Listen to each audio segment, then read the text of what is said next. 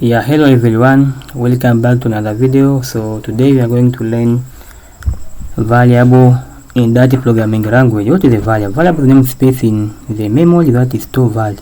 In the other way, you can see that is variable like the container. So think about the container, that is a variable. Okay, so I try to show to demonstrate the example of the variable and assign those variable. When you say, let's see this example one. Okay, my keyword var, this is a variable name.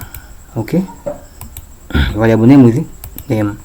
So when you say var name, it means that you are prepare container. Okay, this container, when you say var name, it means you prepare container which does not have any data, any value. Okay, so like this one, no value inside of this container, this container one, because we say variable like a container, but you assign the value to that specific container. It means that your container, you are insert the certain value in your container. For example, you prepare maybe your bucket, okay, empty. So your bucket, it act like name here. Then your bucket, once you insert anything, maybe water, anything in that bucket, it means you are putting data or value in that container. So like this one example. Okay, so now my container have the value.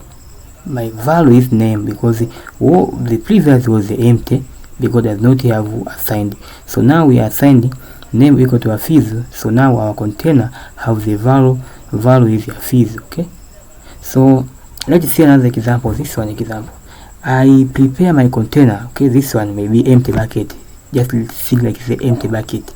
So after prepare your empty bucket by using the int y. Okay, so now your container, you want to insert, you want to put the anything, maybe you want to put maybe water, rice and so on. So you have to say int y equal to your certain value you want to put in your container.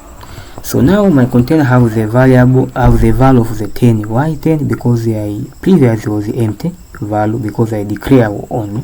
So now I'm going to assign to insert data in that my container. So now my container have the value of the 10 because I say int y equal to 10. So now container have the 10 value.